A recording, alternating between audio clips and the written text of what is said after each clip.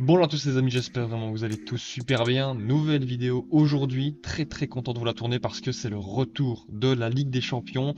Les huitièmes de finale vont commencer, on a deux très grosses affiches. La première c'est sur cette vidéo, le derby de Madrid le mardi 4 mars à 21 h. Franchement ça risque vraiment d'être un match très intéressant. Ça faisait longtemps qu'on n'avait plus le derby de Madrid en Ligue des Champions, la dernière remontée en 2016-2017. On va pas trop en dire parce qu'évidemment on va retracer toutes les dernières actualités des deux équipes, etc. Et puis en fin de vidéo, le pronostic. Et je parlais de deux très grosses affiches. La deuxième, c'est évidemment le PSG face à Liverpool. Vous aurez la vidéo pronostic, mon pronostic demain, parce que tout simplement le match se joue le mercredi, lui, 5 mars à 21 h. Franchement, ça risque vraiment d'être très intéressant. Juste avant les amis qu'on y aille, qu'on rentre dans le vif du sujet, n'hésitez pas à liker, à vous abonner et à me dire en commentaire votre pronostic personnel pour ce derby de Madrid en Ligue des Champions. Comme j'ai dit, voilà, le 4 mars à 21 h, le huitième de finale entre le Real de Madrid et l'Atlético de Madrid. Et comme je le disais dans l'intro, ça fait longtemps qu'on n'a plus cette confrontation et pourtant on l'a eu pendant 4 saisons d'affilée. Ça a commencé avec la finale en 2013-2014 remportée par le Real de Madrid. On s'en souvient tous, l'égalisation à la 90+3 de Sergio Ramos sur corner. Franchement, ça c'était assez dingue. Finalement, l'Atlético, sur les 4 dernières confrontations en Ligue des Champions, ils ont perdu les 4. Le Real est sorti à chaque fois un vainqueur, donc c'est peut-être leur plus grosse bête noire en Ligue des Champions. Deux finales perdues, la deuxième c'était évidemment en 2015-2016, 2 ans après la première, au penalty. On s'en souvient tous évidemment. Donc sur un match, ils ont perdu à chaque fois et sur une double confrontation également. Donc je sais pas si ça les met en confiance, en tout cas par rapport à la scène européenne. Mais après, il y a eu quand même, ça va faire quasiment bientôt 10 ans, hein, ça fait 9 ans. Donc forcément, ça fait 8 ans. Ça fait longtemps. Mais ça reste toujours un plaisir de voir ces deux équipes s'affronter, surtout en Ligue des Champions, avec le passif qu'il y a. On commence évidemment avec le Real Madrid parce que le premier match sera au Santiago Bernabéu. Et dernièrement, le Santiago Bernabéu en Ligue des Champions, ça leur réussit très bien. Ils sont qualifiés face à Manchester City en 16e, en barrage, voilà, vous l'appelez comme vous voulez, mais ils sont sortis vainqueurs de la double confrontation face aux hommes de Pep Guardiola. Totalement maîtrisé cette double confrontation. Voilà, franchement, ouais, extraordinaire. 2-3 à l'Etihad, 3-1 au Santiago Bernabéu, triplé d'Mbappé. Voilà, ça résonnait comme un très grand coup de cloche sur la scène européenne, cette victoire face à Manchester City. Mais dernièrement, en Liga, ils sont pas tellement aussi bons qu'ils l'ont été en Ligue des Champions. Là, dernièrement, hier, c'était défaite face au Betis Séville, alors que ils ont mené après 10 minutes de jeu, sur un superbe but d'ailleurs, superbe construction de la part du Real de Madrid. On se dit, oula, là, ils vont encore taper fort ce match-ci, ils vont se mettre en confiance. Et puis finalement, ils ont commencé à jouer avec le pied levé, tranquillement. On se repose sur ses lauriers. Et le Betis Séville, pour le moment, ils sont plutôt bien en confiance. Ils sont capables de renverser des situations. Et ils ont marqué déjà le premier but pour égaliser à la 34e sur un corner. Et puis, sur penalty à la 54e, faute évidemment de Rudiger indiscutable. Mais voilà, Real pas très convaincant parce que certes ils ont mis le premier but, ils ont les qualités pour faire beaucoup mieux et je sais pas, ils avaient l'air de se reposer sur leur laurier. Le milieu de terrain forcément diminué parce que pas de Bellingham, pas de Ceballos comme lors de ce match aller entre le Real et l'Atlético. Mais ça évidemment on en discutera en fin de vidéo des compositions. Mais ouais, forcément je pense que ça a joué un tournant dans cette rencontre parce que Tchouaméni titulaire, il n'a pas donné beaucoup de satisfaction. Modric était là, mais malheureusement, il a dû beaucoup s'employer défensivement, alors que bon, on connaît Modric, c'est plus un joueur offensif. Donc à mon avis, c'était surtout au milieu de terrain que ça a pêché côté Real. C'était le retour aussi d'Alaba en tant que titulaire. Asensio était sur le banc.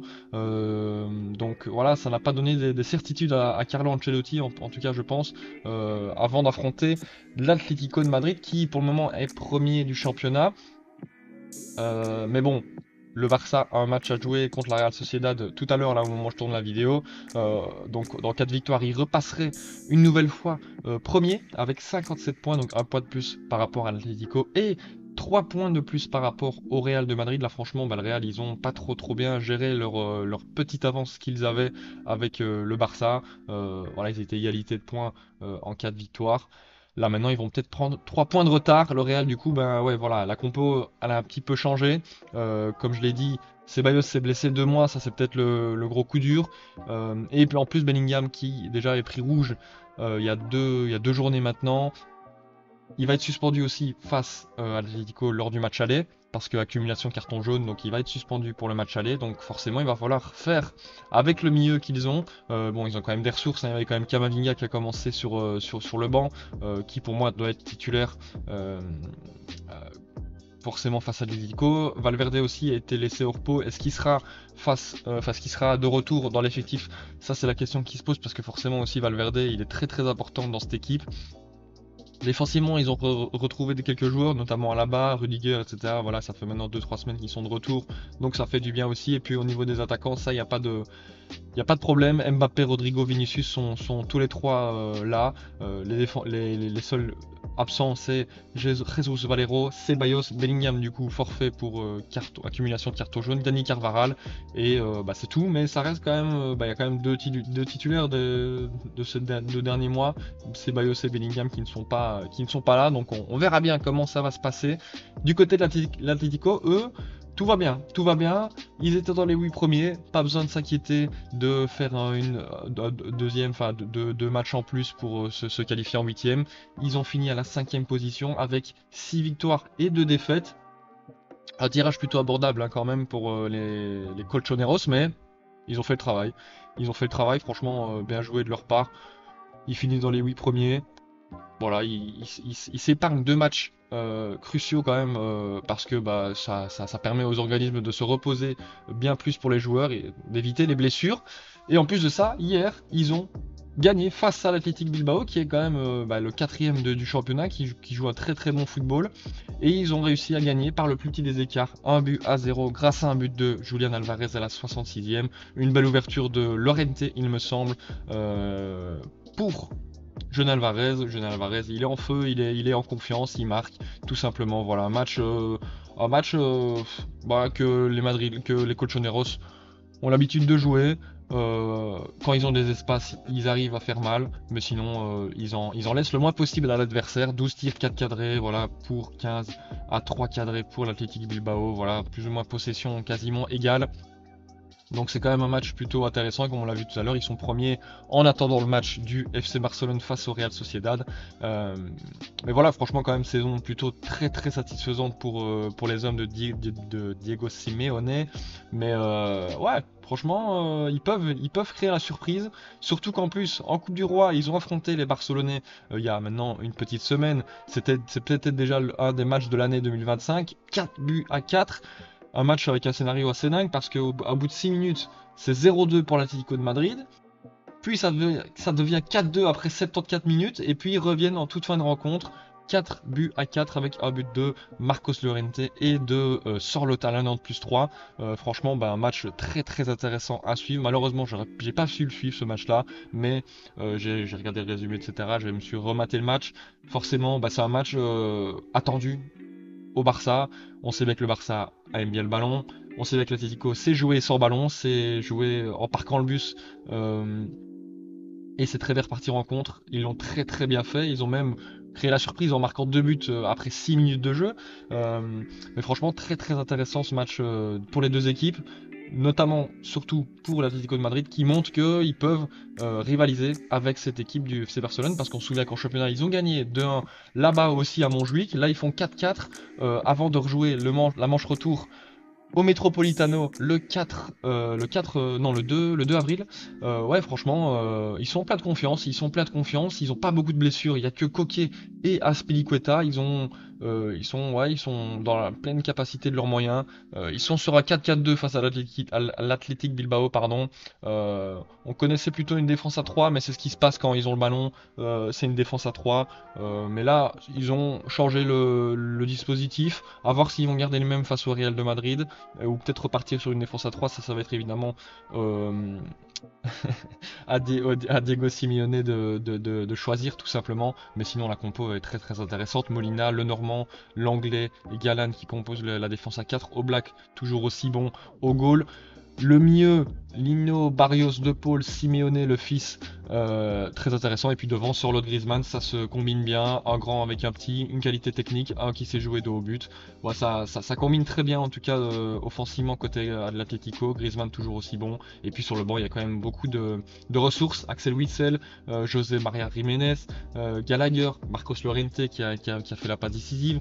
Alvarez qui est rentré, qui a fait la passe décisive, donc les changements gagnants pour Diego Simeone. Il y a Thomas Lemar, Rodrigo Riquelme, Correa aussi. Voilà, c'est une équipe qui a beaucoup de ressources. Juste avant mon pronostic, les amis, on va aller voir tout simplement les compositions. On va commencer avec le Real Madrid, parce qu'on en a déjà parlé. On a vu que forcément Bellingham ne sera pas là au match aller. Ceballos, forfait demain, ne sera pas là. Donc il y a deux places à prendre au milieu de terrain. Camavinga, je pense qu'il sera titulaire. En tout cas, je pense qu'il mériterait de l'être. Maintenant, à voir entre Tchouaméni et Modric.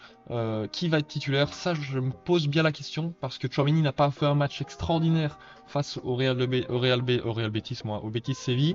Maintenant, Modric, on sait bien qu'il peut être très important aussi en sortie de banc pour contrôler le tempo, pour réaugmenter le rythme aussi, le rythme du match à des moments donnés. Donc, à voir, ça va être le choix de Ancelotti. Moi, je partirais peut-être plus sur Modric, qui a peut-être plus d'expérience, qui connaît aussi cette équipe de l'Atlético de Madrid.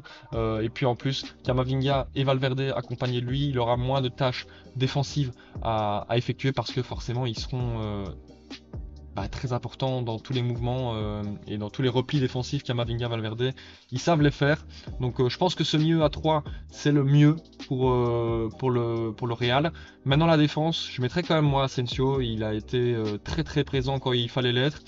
Il a été très très bon dans la double confrontation face à Manchester City. Moi, pour moi, il est titulaire, il le mérite. Maintenant, il y a Rudiger aussi qui va être titulaire, je pense. Je ne l'ai pas encore mis, on va le mettre. Le numéro 22, Rudiger. Tac, hop, hop. Rudiger, qui a quand même, malheureusement, qui a fait la faute sur le penalty du Betis, mais bon, ça reste quand même un très très bon défenseur qui est capable de faire le marquage sur Solot s'il est titulaire. À gauche, Mendy, je pense que ça va pas bouger. À droite, du coup, j'ai mis Garcia, mais je sais bien qu'il y a Vasquez qui est de retour, donc ça on peut le mettre aussi. Je pense que Vasquez il sera titulaire parce que c'est quand même un bon défenseur droit en l'absence de Carvajal. Donc je pense qu'il sera titulaire et du coup on aura un retour de Valverde au milieu de terrain qui va faire à mon avis beaucoup de bien. À droite je pense que Rodrigo sera titularisé, Mbappé évidemment en neuf qui a montré encore de belles choses. Et puis à gauche évidemment Vinicius, mais je l'ai déjà sur le banc donc on va pas recréer un nouveau. Donc voilà, je pense que cette compo ce sera celle-ci, 4-3-3. Alors, est-ce que l'absence de Bellingham sera encore un poids pour cette équipe à voir face à l'Atlético? Je pense que forcément le Real aura le ballon parce que l'Atlético aime bien que son adversaire ait le ballon parce qu'ils savent gérer tout simplement. Et puis en plus de ça, ils sont au Santiago Bernabéu. Mais attention, franchement attention pour le Real. Moi, je les vois favoris dans cette double confrontation, mais attention parce que ouais, franchement l'Atlético, ils sont en confiance. Ils sont très très bons, il y a aucun souci de blessure, ils sont très... Ouais non, franchement, c'est assez impressionnant, ils savent tout jouer en fait, ils savent jouer n'importe quelle équipe et leur faire mal. Maintenant, faut quand même pas oublier que ils ont perdu face à Lille, bon, ça aussi c'est comme le Real, ils ont perdu 3 au Metropolitano et ils ont perdu 4-0 face à Benfica, aussi match assez bizarre de perdre face à Benfica. Maintenant, bon c'était quand même il y a un petit temps maintenant, ces deux matchs-là, les deux défaites en Ligue des Champions. Euh, et puis voilà, je pense qu'on a fini avec le Real. Maintenant, côté Atlético, ça c'était la compo, donc comme on vient de la voir face à l'Athletic Bilbao. Je pense que Alvarez sera titulaire. Maintenant, à voir. Je sais bien que la dernière fois qu'ils avaient joué contre le Real, il était titularisé en médian droit. À voir. Franchement, ça c'est assez compliqué de savoir ce que va faire Simeone, est-ce qu'il va repartir sur une défense à 3 avec un 3-5-2 face au Real ou pas, avec du coup peut-être Galan ou Lino en médian gauche et du coup Jiménez, une défense à 3, Jiménez, l'anglais et le normand. Ça c'est vraiment, ça va vraiment être... Je sais pas exactement comment est-ce qu'il va le jouer. Du coup peut-être avec un De Paul plus central, un Llorente Plus sur la droite alors, milieu droit, Barrios à gauche, Lino, Galan à gauche, et Simeone, Correa aussi. Correa est capable de jouer à droite, ou peut-être Alvarez encore une fois qui va peut-être mettre. Voilà, ça va être spécial un petit peu, voir ce qui va nous concocter Diego Simeone. Le Cholismo évidemment, le Cholismo n'est jamais mort. Peut-être Gallagher aussi, moi je sais pas. Enfin bref, il y a beaucoup de possibilités dans cette équipe parce qu'ils savent tout jouer, enfin ils savent quasiment tous jouer à tous les postes dans cette équipe.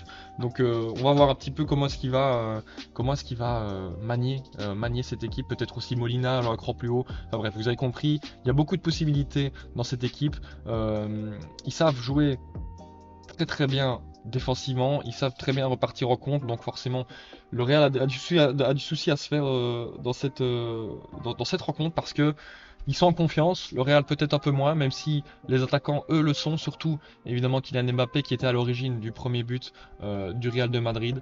Mais voilà, c'est assez compliqué je vous avoue à faire ce pronostic parce que le Real Ligue des Champions c'est toujours un état d'esprit autre et un niveau aussi totalement différent. Maintenant, on va voir aussi. Ça fait longtemps qu'on n'a plus eu un derby de Madrid en Ligue des Champions, donc on verra bien. Maintenant, juste avant le pronostic, les amis, les cotes. Le Real de Madrid qui est quand même très très favori, 1,85, le nul à 3,70 et l'Atlético de Madrid à 3,90. Vous avez vu, j'ai pas fait exprès, j'ai fait un petit spoil. Moi, je vois un but partout, parce que ça, franchement, je pense que le Real peut se faire piéger. Assez facilement, ils sont pas non plus plein d'assurance en défense. Maintenant, à voir, en fonction de. Enfin, c'est assez compliqué, je vous avoue. Moi, je vois un match nul. Alors 1-1, 2-2. Je pense pas que ça ira jusqu'à 3-3. 1-1, 2-2, je pense que ce sera le maximum. Moi, je vois 1-1 si je dois vraiment donner un score exact. 1-1. But de Mbappé parce que c'est lui qui est le déclencheur de beaucoup de choses offensivement côté du Real de Madrid depuis maintenant bien quasiment 2 mois. Et puis Griezmann, buteur, but spécial français dans cette confrontation espagnole. C'est possible parce qu'il tire les pénaltys Griezmann. On sait que c'est possible qu'un petit pénalty arrive dans ce match, mais bon, au-delà de ça, les combinaisons, il est aussi dans tous les bons coups Griezmann offensivement du côté de l'Atlético de Madrid, donc pourquoi pas. Sorloth aussi peut être un bon joueur de tête, donc peut-être sur les corners, sur les coups francs, ils peuvent aussi faire la différence l'Atlético de Madrid, donc voilà, pourquoi pas. Les amis, je pense qu'on a fait le tour. Voilà, mon pronostic 1-1. N'hésitez pas vous à me dire en commentaire votre pronostic parce que c'est un match très très chaud qui va être avec beaucoup d'intensité, très serré forcément je pense. Me réjouis de voir qui va prendre l'ascendant sur qui va marquer le premier but aussi. Ça ce sera forcément une caractéristique à prendre en compte et qui va changer tout le match je pense. Donc voilà, j'espère vraiment que vous avez kiffé les amis. Si c'est le cas, n'hésitez pas comme d'habitude à liker et à vous abonner. On se retrouve comme je vous l'ai dit demain pour le pronostic du PSG face à Liverpool et puis le lendemain pour le pronostic des 8 matchs des huitièmes de finale. Ce sera du coup ça mardi. J'essaierai de la sortir vers mardi midi. Comme ça au moins vous avez le temps de la regarder avant les premiers matchs de ce mardi 4 mars. Donc voilà, j'espère vraiment que vous avez kiffé, que vous allez kiffer les prochaines vidéos. Les amis, je vous dis à très très bientôt pour une nouvelle vidéo. C'était Bencher. Ciao ciao.